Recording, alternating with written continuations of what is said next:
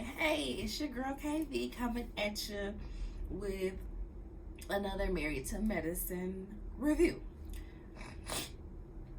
I know it's late. It's been a busy week trying to get ready for Christmas and everything, but I figured if we ain't got no new episode Sunday, I didn't feel as much of a rush to get it done. I was just like, get it done what you can when you can.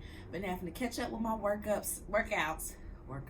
Been trying to catch up with my workouts. Still need to go get my nails done for the holiday. But anyway, season 10, episode 7, Grapes of Wrath. I feel like I should have looked this up before I came on. But they showed us a mid-season trailer, y'all, at episode 7. So I'm like, we only getting 14 episodes because I feel like we used to get like 20. Am I tripping on that? Let's look that up. Married to Medicine. I feel like we used to get more than 14 episodes.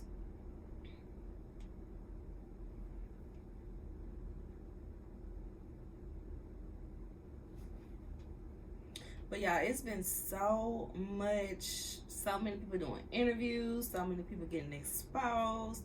It's just been very exhausting trying to keep up with everything in the Married to Medicine universe. I guess not. Last season was 15 episodes with 3-part reunion, so 18. Yep, and the one before that, it was 16 episodes. So I guess we right on the money with about 14, 15 episodes. And since we got this holiday break in there, it'd probably be 14, probably be 15. But yeah, it looked like it's always been about 15 episodes. 15 episodes. The only one that was 16 is when they went to Jekyll Island and made it a part 1, part 2. So yeah, I guess so. Mid-season trailer, y'all, which looked like we'll get there eventually. Maybe just talk about it when everything comes back in January. Anywho, this episode continues with the dinner. Everybody's confronting Quad, saying that she's not taking accountability, and they just kind of tired of her because every time they say, well, Quad, you did this to me, she goes, well, you guys did this to me too. And it's just kind of like, girl, can you sit there and take accountability for what you did without basically giving yourself an excuse because somebody wronged you first? It's exhausting. I can see where the ladies would be annoyed and exhausted of all of that. So this was the part that irritated me, something vicious, y'all. They was like, well, can we lower our voices for Phaedra? We don't want her to, think we too hood and this, that, and the third. For Phaedra, as if she didn't come over from Real Housewives of Atlanta and was yelling, hooping, and hollering, arguing with people over there. For Phaedra. But apparently, Heavenly said on one of her and Carlos King's lives that Phaedra was like, oh, this ninja-ish, and basically she don't want to be a part of that. She don't want to participate in that. Phaedra has really attempted, because it's not a good attempt, Phaedra has truly attempted to reinvent herself as, she was this Southern Belle, ratchet when I need to be attorney chick on Real Housewives of Atlanta. But over here on Married to Medicine, she's this Instagram baddie who's just so poised and so above it all. And don't ask me anything about my past life because that is not who I am. Don't ask me about my ex-husband. Don't ask me about what I did to Candy. Don't ask me about any of that because I am a new person and I am not going to deal with this N-word-ish. And if you do ask me about it, I will leave. I have multiple businesses. I do not have to stay here for this. I will go find me another one-off show to do. I'm sure Marriage Boot Camp would love me back with one of my fake boyfriends. Ultimate Girls Trip, I'm sure I can spend another season on there. I don't need this. And I'm just be like, it's making the show not so fun to watch. Like, don't get me wrong, some of the stuff that she does gives me a little chuckle here and there. but it's like, it ain't like she's improving the show or anything like that. So the fact that they talking about they gotta lower their voices for Phaedra, as if she don't roll in the mud with the rest of them, girl, bye. Anyway, Jackie then says that accountability is necessary. Like, Quad, we get it. Like, people have wronged you. That's why you've wronged us. We get it, we get it, we get it. But the funny part about this to me is, I don't feel like Dr. Jackie has ever really cared for Quad like that. Like, Dr. Jackie can be cordial. Dr. Jackie, you know, can play nice for the most part. But Dr. Jackie has always, like, every time Quad is talking, Dr. Jackie be like, her face be all types of tense and scrunched up. Like, she just be over it. And like I said, I get it sometimes. Sometimes she be giving elitist, you know, snob. But Dr. Jackie don't seem like she ever really cared for Quad when you look back over the seasons. So next, Toya says, you know, you put me through torture with your allegations. Quad was like, well, me too. I've been through torture too. Me too. And it's just like, I don't care what y'all say. Quad, yes, Toya has came at Quad many of times. They've had a back and forth over these 10 seasons. But you saying that she cheating on her husband with somebody in the neighborhood and that she set up a robbery trumps all of that, baby. That goes from petty girl mess to now you messing with my livelihood. Now you probably got some cops knocking on my door because you saying I'm involved in a neighborhood robbery. Now you finna have my husband looking at me sideways because you say I'm cheating on him with somebody in the neighborhood. So yeah, I still feel like Quad was dead wrong for that. I don't care what that girl did to you. Keep it on a petty level. Keep talking about how she don't pay her taxes. Keep talking about how she had to beg, borrow, steal for her house. Keep it there. Don't try to ruin this girl's life that deeply because you don't like her. And somebody brought up a clip of when Dr. Greg and Quad revealed that there was abuse in their relationship and how the girls did not have her back. The only one that really had her back was Contessa and Heavenly. They were the only ones that would say that was abuse. They're speaking of abuse. If I knew that it was abuse in the relationship, I would have never said that she should go back to him. I would have never told her to work out her marriage because there was abuse.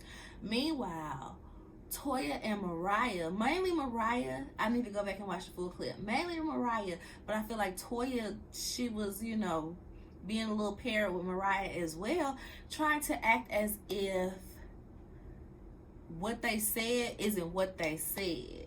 So like when Contessa was like, if I knew that there was abuse present in the relationship, I would have never said, you know, she should go back to her. And Mariah was like, but we still don't know that there's abuse in a relationship. We still don't know that. Andy said they literally just said that there was abuse present in their relationship. Like, what do you mean we still don't know that?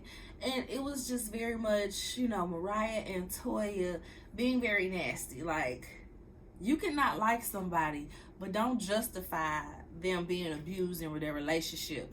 And, you know, even if there was abuse on both ends, that's not for you to judge. He's still a man. If she, it still be wrong, don't get me wrong, it still be wrong for her to haul off and hit him. But as a man, you should know you don't hit no woman back. She said he was snatching TVs off the wall, taking the battery out her car, slammed her to the ground, drug her through the house, put his hand over her mouth and nose trying to suffocate her. All he said was, well, you pulled a knife on me. Well, yeah, dude, if you're doing all of this to me, you daggone right, I'm going to pull a knife on you. You better be glad I ain't have a gun and pull that on you. Like, excuse me? So, yeah, which we already knew that that was a mess because early in their marriage, they talked about how they had mugshots from an altercation that they had and the police was called. So the girls not having her back once, well, some of the girls not having her back once everything was revealed, I can see Quad, you know, holding on to that. I can see her not wanting to fool with them because not only did y'all dismiss the abuse that my ex put upon me, y'all are also bringing him back on the show knowing what happened.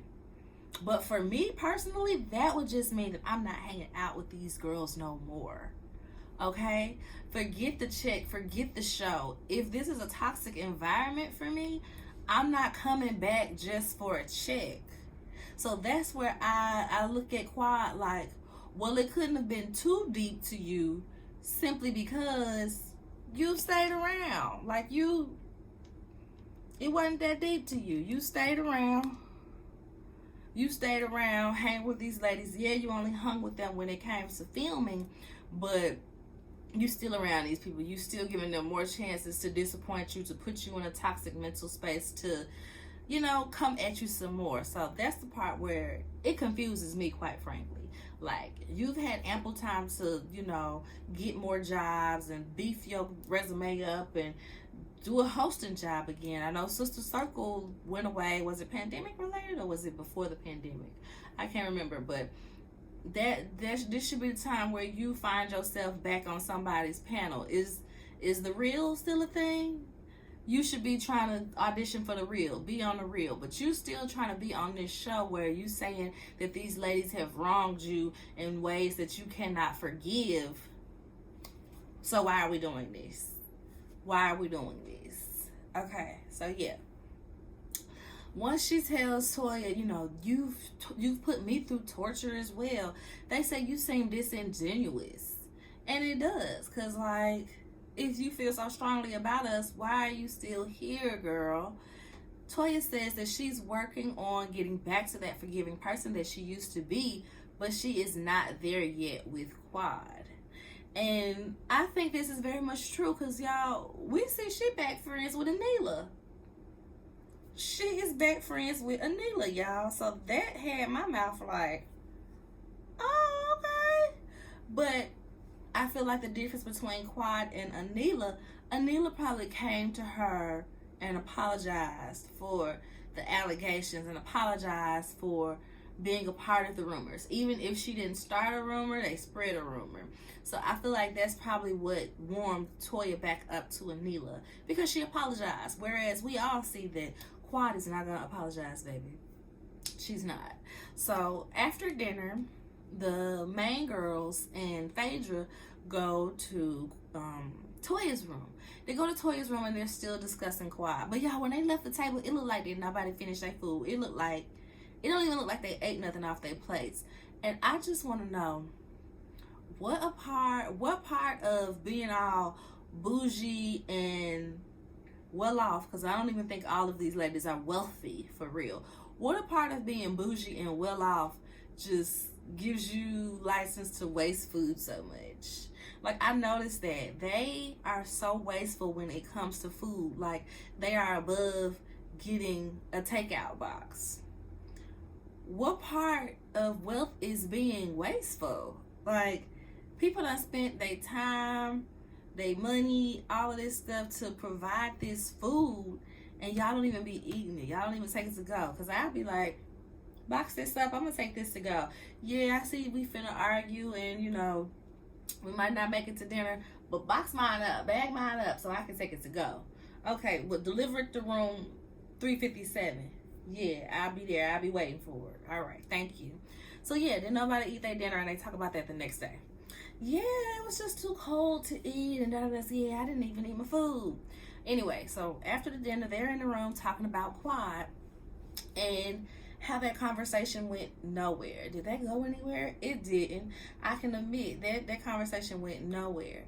Jackie feels like ever since Quad was on Sister Circle, she just discarded them. She's treated them poorly, and I can agree with that. It seems so. Have I done this? Hold on.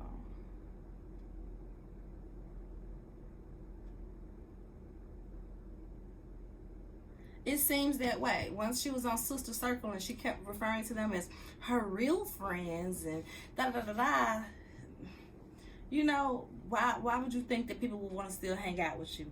And I watched Carlos King's part 1 interview with Quad, where they just talked in circles, and he just, held her hand like, oh, they did you wrong, girl. They did you wrong. And didn't hold her accountable. He didn't make her answer no questions. He really didn't. She didn't answer anything. She just did her quiet thing, talked in circles and stuff. She said that, oh, they must have felt away when I was on Sister Circle because I was with a group of people that I felt more comfortable opening up with, because basically because they didn't know her husband and their conversations weren't televised is what it feels like she was letting off on. But at the same time, Quad, you said out your own mouth, I'm gonna go have lunch with my real friends and Sister Circle. I was almost about to give up on women, and then y'all came along. Like, you said these things out of your own mouth, and you expect them to not feel like the inferior friend group. Not saying that you was wrong. You're entitled to your feelings. You're entitled to open up to who you want to. But to say these things and to act so clueless about how we got here in our friendships is so disingenuous. It's so disingenuous. So Simone says, well, I don't really have an issue with Quad, but, you know, it is getting awkward. It is awkward. And we know how Simone is. Simone is very much the type that'll go along with the group just for the sake of going along with the group.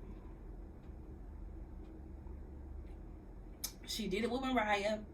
We talked about that a couple of weeks ago. She did it with Mariah when they were like, well, we're not going to invite her to our events and we're not going to go to her events, just for you to turn around and do exactly what you said that you wasn't going to do because you knew you was wrong. So that'd be my thing with Simone. It's like, stay out of it. Stay neutral if you want to be neutral. But for you to be the talking head for the group, it's just like, why be the one to deliver such news if you not the one that have the problem? I get them not wanting Toya to do it because Toya is so brash, and it seems like every time they get to talking, they about to fight. So I get that, but why Simone? So they call her down to the room. She comes down. She's got on her robe. It looks like she was crying. Like, she was just like, you know, they don't like me. Like, these girls really don't like me. They bring her on down, and basically they tell her that they want it to be a positive environment, and they don't understand. Jack keeps saying, I don't understand, you know, what she would want to gain from this group or why she's continuing to hang out with us. And I agree. You're not finna just, you know, be some op at the table to get your check when everybody else here is friends and putting in the work to be friends and putting in the work to hang out. It's just not fair. So they tell her she gotta leave. Now, as much as I don't see nothing wrong with them not wanting to force this friendship anymore, I feel they were dead wrong for bringing her all the way to California just to tell her on night one, you need to leave. They was wrong for that. You shouldn't have even invited her. And I guess that was what Toya's point was when they first met up. Like, she don't need to come because for what? So for them to invite her and then send her home on day one, I don't agree with that. Don't waste my time. So yeah, Quad crying. She's in her confessional crying. She's in her room crying. But my thing is, like, what did you expect if you constantly saying that you not there with them, you here for a check? Like, she admitted on Carlos King interview that, yeah, I said that. You keep telling them you here for a check. So why are you here for my check? And so, yeah, and this is, like I said, I feel like I mentioned this on a previous video, but I'm going to drive it home again. This is production's doing, because even when the girls iced Mariah out seasons ago, production would just be at Mariah's house with her and her family. Mariah and Miss Lucy at the table. Mariah testing out her Cinnamon Girls proteins. Mariah and her family life. Just because the girls ice you out don't mean production icing you out. So that's what makes me feel like some of the things that Heavenly says about Quad is true. That, yeah, she may have cussed out production. Yeah, she do be showing up 3 hours late. Because clearly production is tired of her. This feels like production told them to do this. Like, they probably just would have, you know, not hung out with her individually, but she still would have been with Phaedra. She still would have been with Heavenly. She might have, popped around Simone a little bit.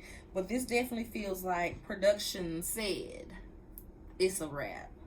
So that's where I'm like, you can see the stark difference between when Mariah was x'd out by the girls, and with her being x'd out by production and the girls. So that's something to truly take note of, y'all. So the next day we see, everybody getting ready for the day. Tisha calls Greg and she's telling him how, it seems like everybody's, said their grievances to her and they told her to leave. And he's like, well, you stay out of it. You put your earphones in. You don't even be a part of none of that. Toya calls Eugene and tells him how everything went. Yeah, we sent her home. Eugene is just happy that the girls had Toya's back because, united front. Next, we see Jackie talks to Kamala about maternal mortality rates. But, y'all, Buffy is going to stay with her foot on Dr. Jackie's neck. And if you new to the show and you don't know who Buffy is, Buffy was a friend of the show a few seasons ago when Jackie was writing her book and she did her launch party or her cover release party, something of the sort. She did a party about the book. And Jackie says that she said things about each person that she related to in some way, whether it was negative, whether it was positive. And when she got to Buffy, she was like, I wasn't able to do the one thing that every woman feels like they are able to do, and this, that, and the third. And Buffy, you can relate. You're infertile. It's not funny, it's dead wrong, but it made me laugh because, Jackie, in what world would you think that was okay? That's like me getting up on the stage if I was like somebody whose husband had cheated on them, and it's been like, and Jackie, you can relate. Curtis was cheating on you. She wouldn't have liked that. We see in the mid-season trailer where she gets mad at Simone for planning a trip to Hilton Head when that was the place that her husband cheated on her at. You mad about that, but you couldn't understand why Buffy was mad about this. I know it's not, a direct equivalent, but it's just you don't want people bringing back up your bad news or your grief or the things you went through. So why would you do this to her in front of a room full of people? And people had the argument that, well, she had already talked about it on camera, so it really don't make a difference whether she said it or not. It does.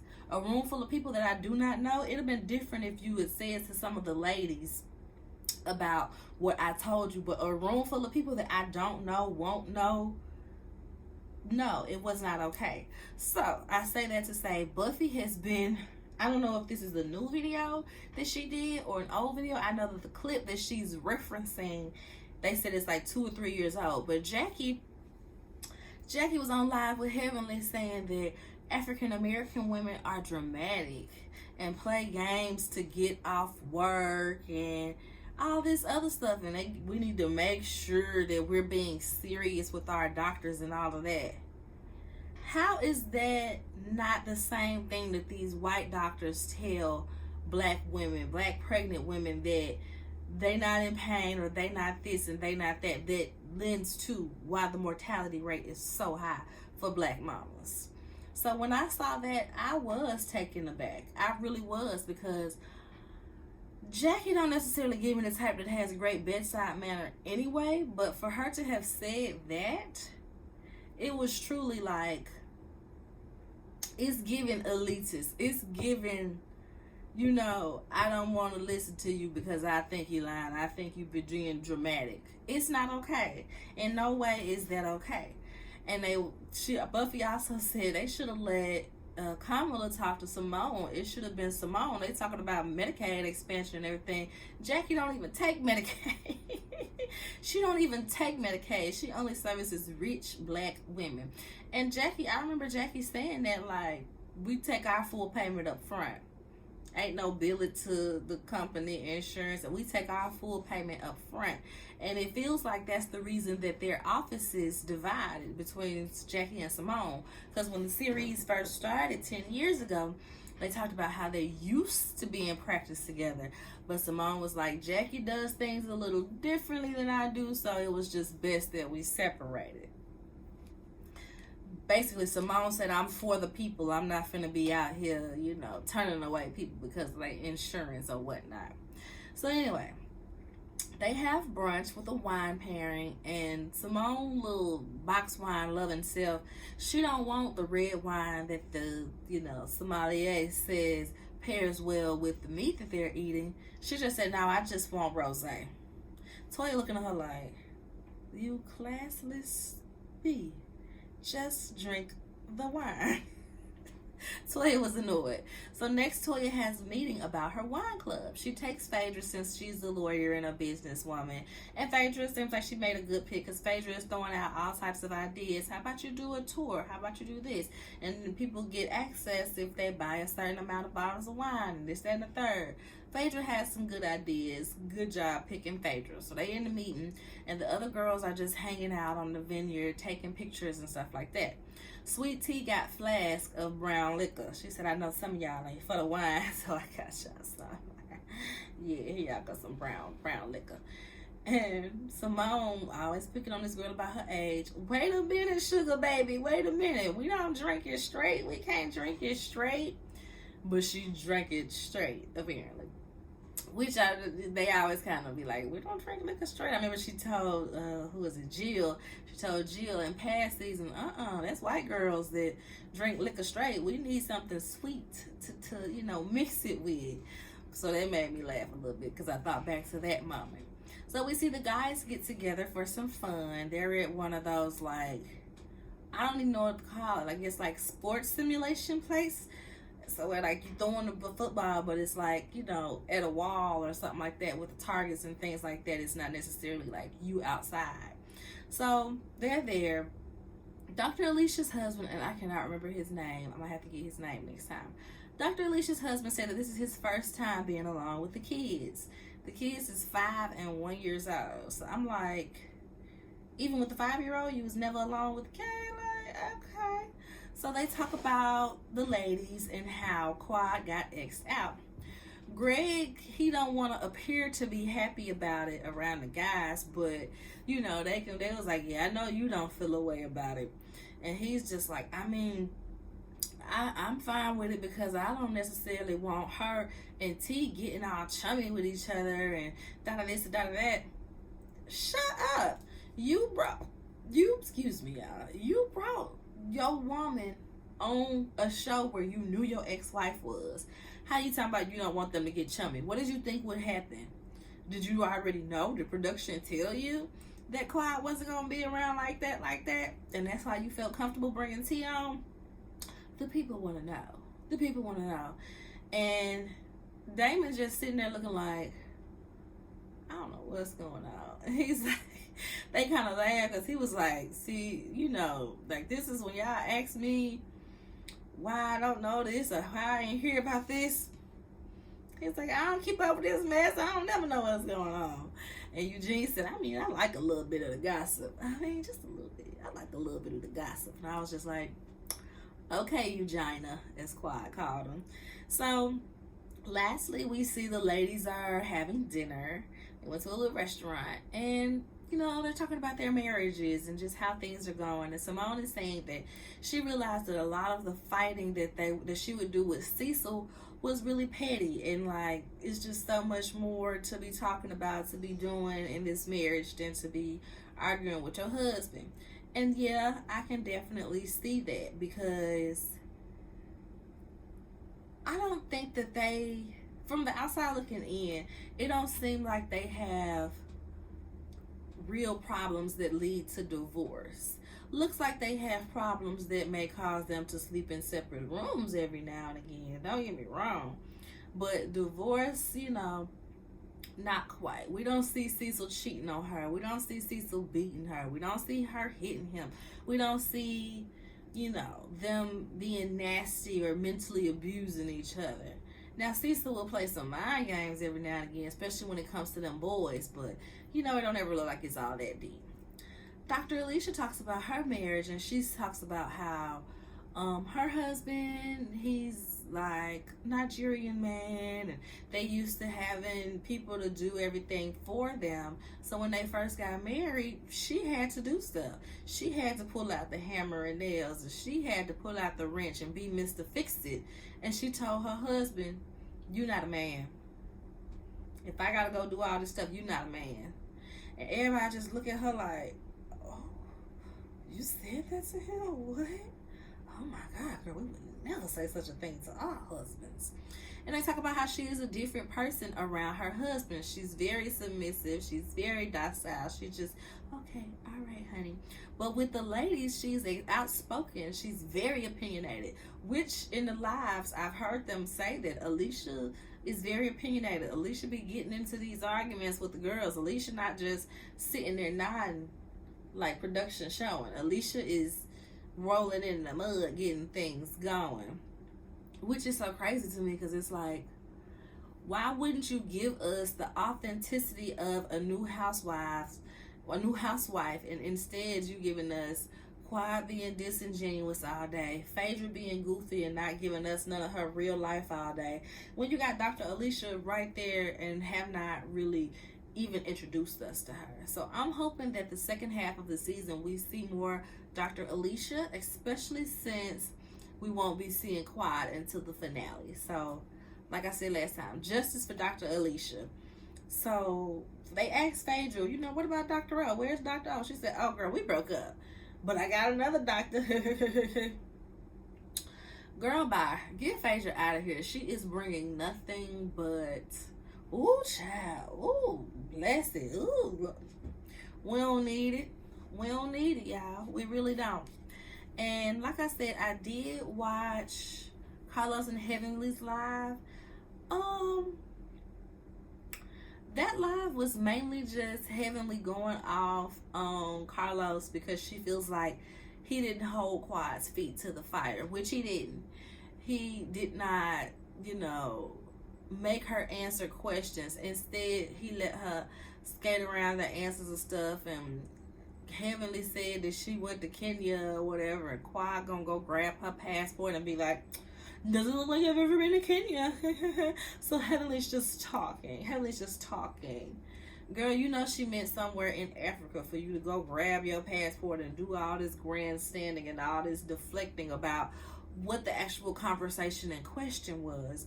It really gave nothing. Like, I'm wondering if I even want to watch part 2, because she wasn't answering no questions, y'all, and he wasn't making her. He just treated her like she's still some battered woman that needs comforting and console, and you don't want to upset her, so we're not gonna make her answer the question. If she don't want to answer the question, we're just gonna let her answer how she wants to. Okay?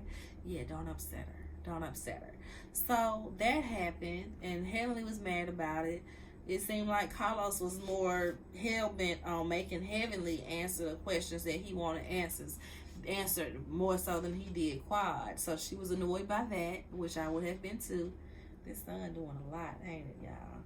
So yeah, just annoying altogether. Like, what is the point of interviewing somebody if you're not gonna truly ask them questions? They get into it about journalism, and she was like, "Ain't even one of us no real journalist." He said, "Actually, I went to school for journalism, so yes, I am a journalist." And Heavenly feels like she's the one that always brings Quad back to the show.